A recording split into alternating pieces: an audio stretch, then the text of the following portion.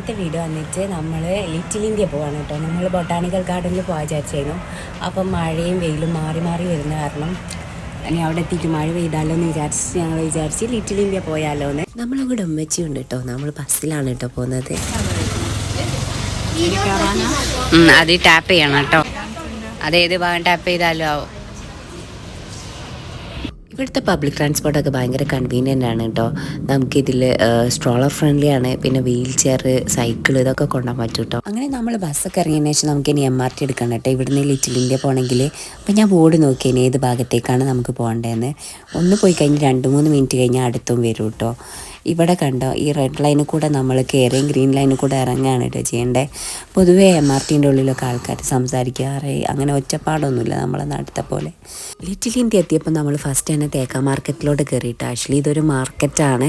പ്രത്യേകിച്ച് നമ്മൾ ഇന്ത്യൻ സാധനങ്ങളൊക്കെ ഇവിടെ കിട്ടും. കണ്ട ചക്ക വരെ ഉണ്ട്. പിന്നെ മീറ്റ് ഉണ്ട്, ഫിഷ് ഉണ്ട്, അങ്ങനെ എല്ലാ സാധനങ്ങളും ഇവിടെ ഉണ്ട്. അതും പുറത്തേനേക്കാൾ കുറച്ച് വില കുറവുമാണ് കേട്ടോ അവിടെ.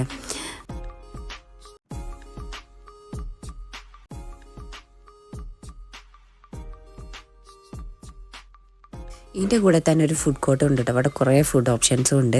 അതിനുശേഷം ഞങ്ങൾ ഡ്രസ്സിൻ്റെ സെക്ഷനിലേക്ക് വന്നു. ഇവിടെ ഒരുപാട് ഡ്രസ്സ് ഉണ്ട് കേട്ടോ. അതും ഫുൾ ഇന്ത്യൻ വെയറാണ്.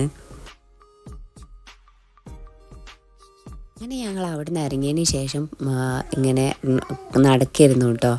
അപ്പോൾ ഈ പൂക്കടേൻ്റെ സൈഡിൽ കൂടിയൊക്കെ നടന്നത്. ഞാൻ ആദ്യമായിട്ടാണ് ഇങ്ങോട്ടേക്കൊക്കെ വരുന്നത് കേട്ടോ.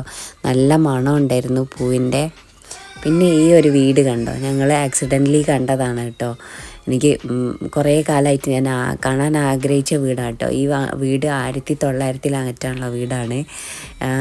ഈ വീടിന് എന്തോ ഒരു പേരുണ്ട്, പേരിപ്പോൾ എനിക്ക് ഓർമ്മയില്ല. ഭയങ്കര ഭംഗിയുള്ള ഒരു വീടല്ലേ ഇത്.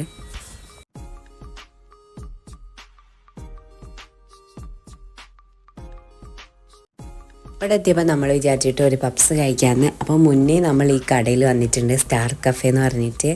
നാട്ടിലുള്ള പോലെയൊക്കെയുള്ള കുറച്ച് നാട്ടിലെ സിമിലർ ടേസ്റ്റുള്ള ഒരു പപ്സാണ് കേട്ടോ അവിടുത്തത്. അപ്പം നമ്മളിവിടെ കഴിക്കാൻ വേണ്ടി വന്നതാണ് കേട്ടോ.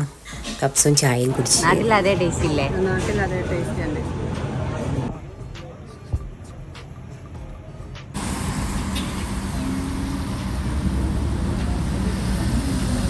അത് കഴിഞ്ഞ് നമ്മൾ പാനിപ്പൂരി കഴിക്കാൻ പോയിട്ടോ. ഞാൻ മുന്നേ ഇവിടെ നിന്ന് കഴിച്ചിട്ടുണ്ട്. എനിക്ക് പൊതുവേ പാനിപ്പൂരി ഇഷ്ടമല്ല, പക്ഷേ ഇവിടെ നിന്ന് കഴിച്ചപ്പോൾ എനിക്ക് കുറച്ചെങ്കിലും പാനിപ്പൂരി ഇഷ്ടപ്പെട്ടത്. അതും ഈ റെഡ് സോസ് എനിക്കിഷ്ടമല്ല, ഗ്രീൻ സോസ് എനിക്കിഷ്ടമാണ്. അപ്പം ഒന്ന് ഇവിടെ നിന്ന് കഴിച്ചിട്ട് പോകാമെന്ന് വിചാരിച്ചു. ഒരു പ്ലേറ്റിനാകെ $5 ഉള്ളൂ കേട്ടോ.